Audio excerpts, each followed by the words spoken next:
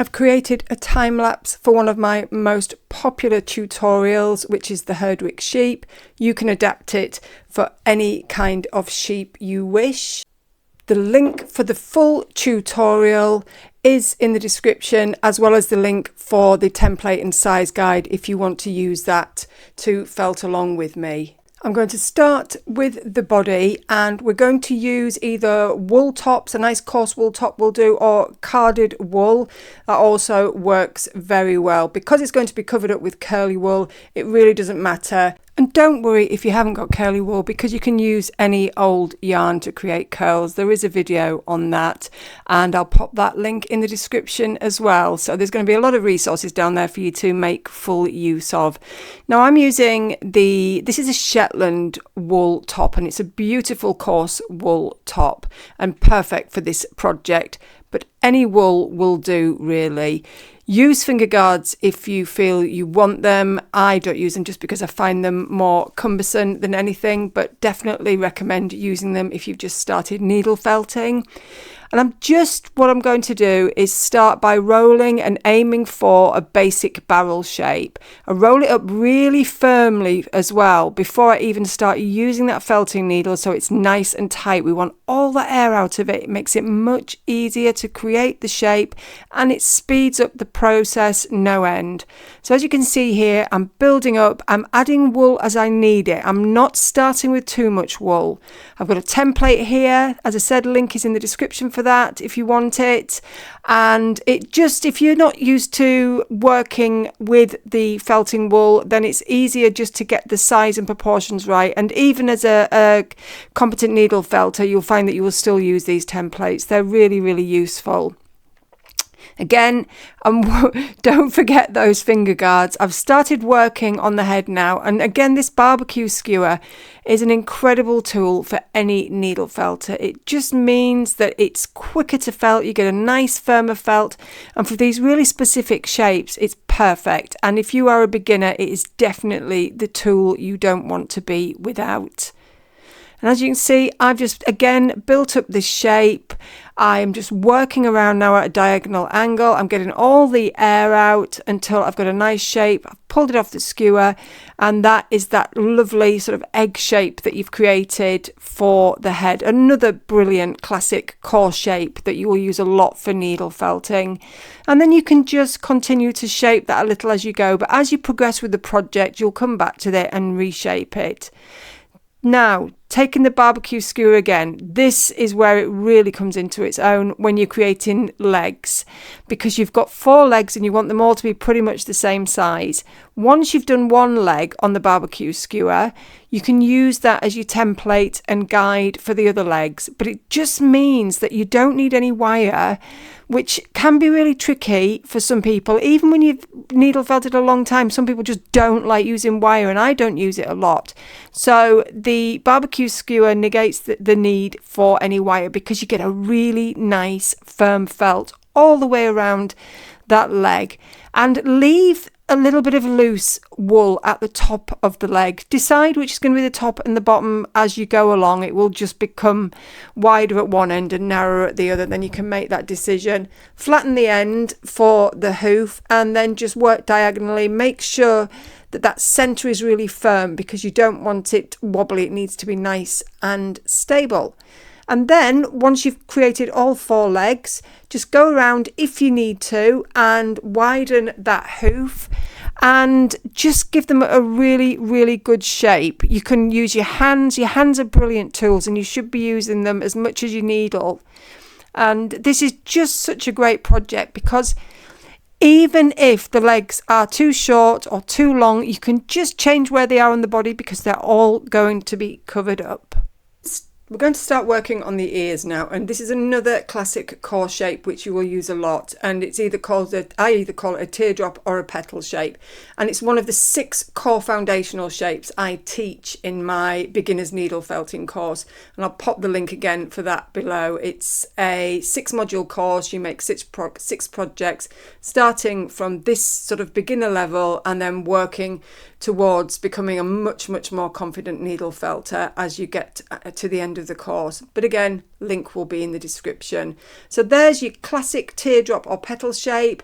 I've just used the needle to shape it. You don't need a multi-tool to finish this off, but if you're doing a lot of needle felting, then it certainly does speed up the process. And this is where I do use finger guards because it's very easy to poke your fingers at this stage.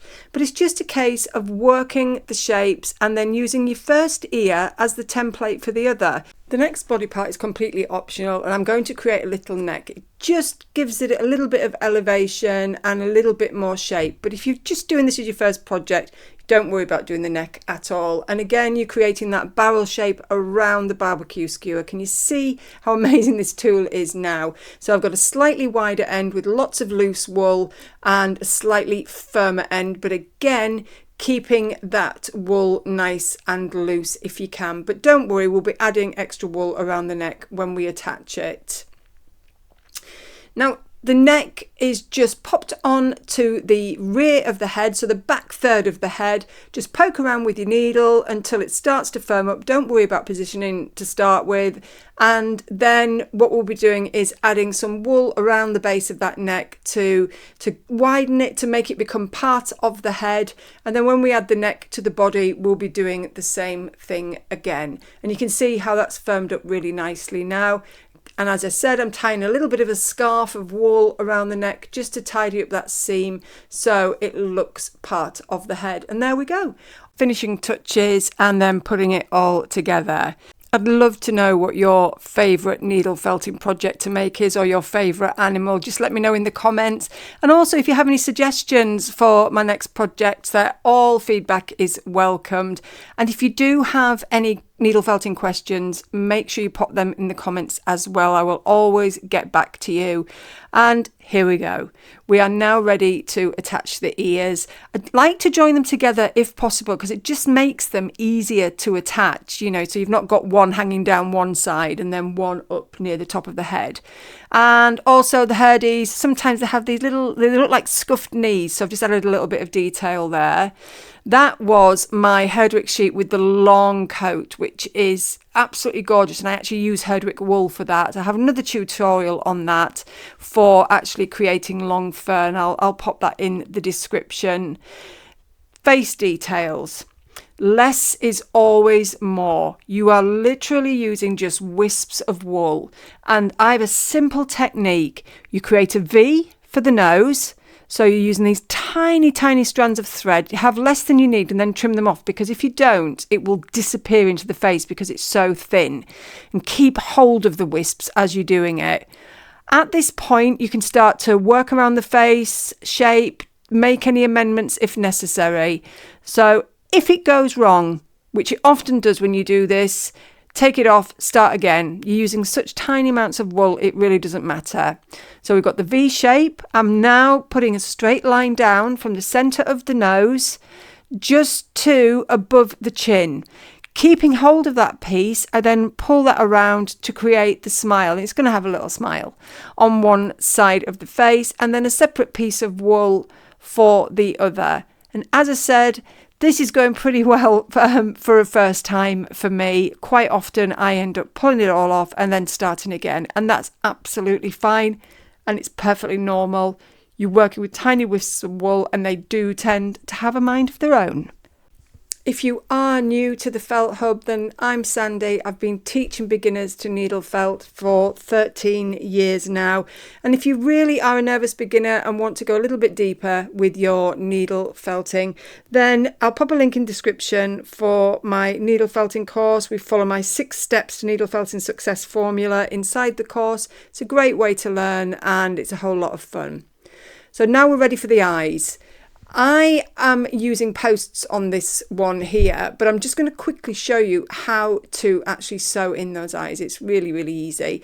Make a little indentation with your needle as well if you want to make sure you've got a little bit of a recess. But as you can see here, you just got these beautiful black glass eyes. I like them because they give a really nice shine and add some depth to the eyes. And I've just gone backwards and forwards through the holes with some black thread, which I then trimmed off and it disappears into the wool. It's really, really simple. What I really love about this project is how easy it is to attach the legs and how easy it is to correct any mistakes.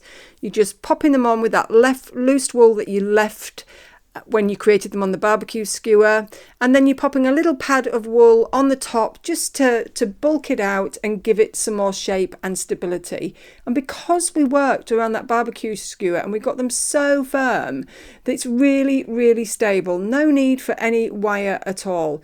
And you can move them about. One can be higher than the other. It doesn't matter, because when we cover it with a coat of wool, none of that's going to be visible. You can hide a multitude of sins. And then onto the neck and the head now, which we're attaching to the body. You can see now why we have that loose wool at the end, because it does make it easier to attach. You can add fresh wool.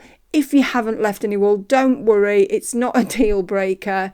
And then we're just going to build up that neck at the base as well, so that when we put that wool on the top, I know you're not going to see it, but it does build it up and it does give it a really nice shape. I'm going to be using some grey Gotland wool. You can use loose wool tops if you want, as I have with this Herdwick. The description you will find how to create long fur. This one is just a rug yarn that I've used, and it's just a fantastic effect. This lovely yarn is hand spun and plant dyed, and then on here this is a Hebridean sheep that has got some gorgeous natural wool, and you can also use the beautiful white curly locks, they're Wensleydale, but I am going for this lovely coat of Gotland wool because it just replicates the nice grey colours and the variations that you have in a Herdwick sheep. We're now on to our finishing touches. Stay tuned though, because there is a really good video for you coming up at the end. I'm just giving it a little trim just to tidy it up, giving it its scrubby knee again, because I really like those patches that some Herdwicks have. And then we are going to put the icing on the cake, which is what I call the Herdy buzz cut.